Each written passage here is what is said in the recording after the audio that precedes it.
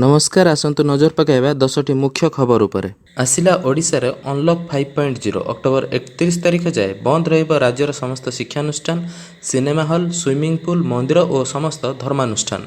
तेबे containment zone रे बलवत्तर रहिब lockdown बोली राज्य सरकार मार्गदर्शिका जारी करछंती। राज्य सरकार पूर्वपरि सिनेमा हल, थिएटर, ऑडिटोरियम भली जनगहलीपूर्ण स्थान सबको आसंता अक्टोबर 31 तारिख पर्यंत बंद रहिब बोली निष्पत्ति नैछंती। सेही भली धर्मानुष्ठान गुड़िक भक्तों आसंता 31 तारिख जाए बारण करा जायछि। तेबे बाहाघर रे पूर्वपरि सर्वाधिक 50 जन एवं अंत्येष्टिक्रिया 20 जन सामिल हो पारिबे, किंतु ओपन थिएटर्स रे कोविड नियम पालन करी पूरा कटकणा सह बसी पारिबे दर्शक। अक्टोबर 15 रु स्विमिंग पूल खोलिबो, किंतु केन्द्रर गाइडलाइन मुताबक बोली राज्य सरकार स्पष्ट करछंती। 13 जिले में प्रबल वर्षा संभावना। पश्चिम केन्द्रीय बंगोपसागर एवं दक्षिण ओडिशा उपकूल एक लघुचाप सृष्टि होइछि। यार प्रभाव में आसंता 6 तारिख जाए सारा राज्य में वर्षा होबार संभावना रही। आसंता 24 घंटा मध्य बालेश्वर, भद्रक, जाजपुर, केन्द्रापड़ा, जगतसिंहपुर, कटक, पुरी, केन्दुझर, मयूरभंज, देवगढ़, सुंदरगढ़, संबलपुर और कंधमाल जिले में प्रबल वर्षा होबार संभावना रही।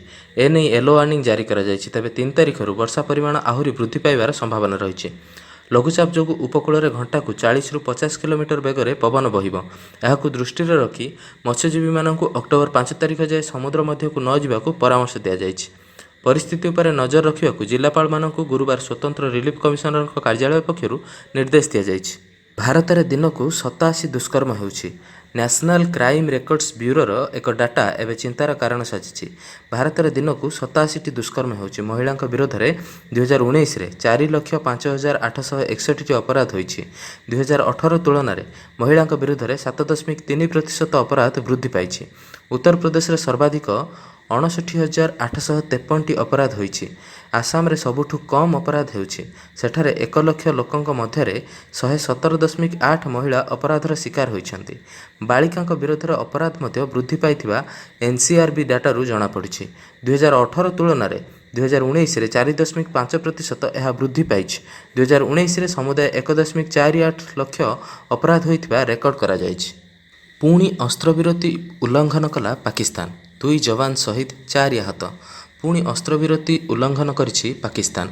आज दिन जम्मू काश्मीर नाउगाम सेक्टर रे पाकिस्तानी सैन्यबाहिनी द्वारा प्रथमे गुली चला जाइथिबा अधिकारी कहिसंती। एथिरे 2 जन भारतीय जवान शहीद होइथिबा बेले 4 जन आहत होइसंती। श्रीनगर स्थित प्रतिरक्षा मुखपात्र कर्नेल राजेश कालिया कहिसंती जे पाकिस्तान गुरुवार सकाळे कुपवारार नाउगाम सेक्टर रे थिबा एलओसी रे अस्त्रविरति उल्लंघन करिछि। से कहिसंती जे सीमा आरपारीरू गुली विनिमय रे 2 जन सैनिकंक मृत्यु घटिथिबा बेले 4 जन आहत होइसंती। पाकिस्तानी गुली विनिमय रे उपयुक्त प्रतिक्रिया दिया जाउथिबा बेले आहत कर्मचारी को स्थानांतर करा जाइथिबा से सूचना दैछंती।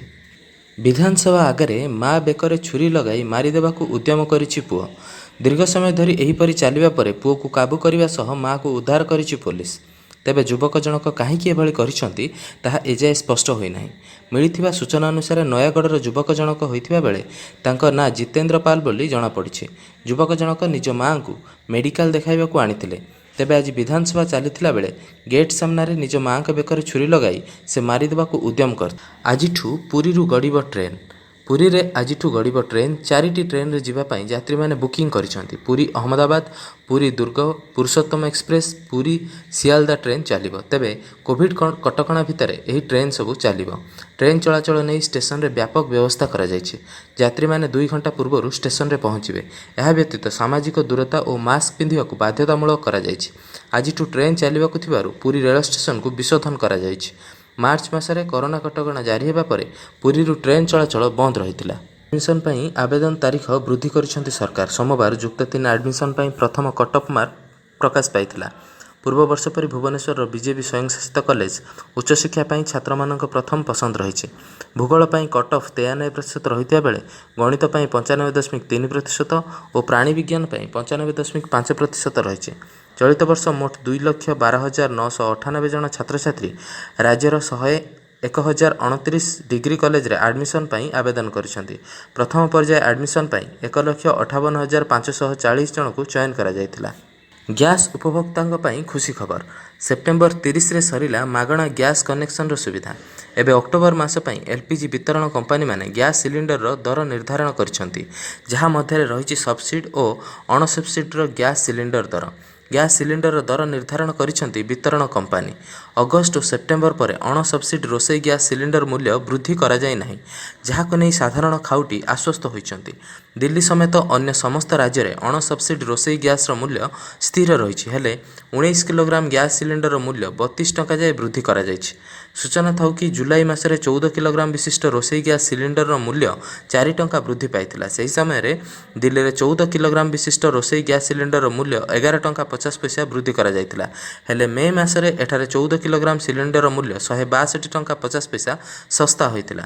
ଦେଶର ସବୁଠୁ ବଡ଼ ତୈଳ ଓ ପ୍ରାକୃତିକ ଗ୍ୟାସ୍ ବିତରଣ କମ୍ପାନୀ ଇଣ୍ଡିଆନ୍ ଅଏଲ୍ କର୍ପୋରେସନ ୱେବସାଇଟରେ ଉଲ୍ଲେଖ କରିଛି ଯେ ସେପ୍ଟେମ୍ବର ମାସରେ ଥିବା ଗ୍ୟାସ୍ ସିଲିଣ୍ଡରର ମୂଲ୍ୟ ଯାହା ଥିଲା ତାହା ଅକ୍ଟୋବର ମାସରେ ବି ସ୍ଥିର ରହିବ। ପ୍ରକାଶ ପାଇଲା ଓଜେଇ ପରୀକ୍ଷା ସୂଚୀ।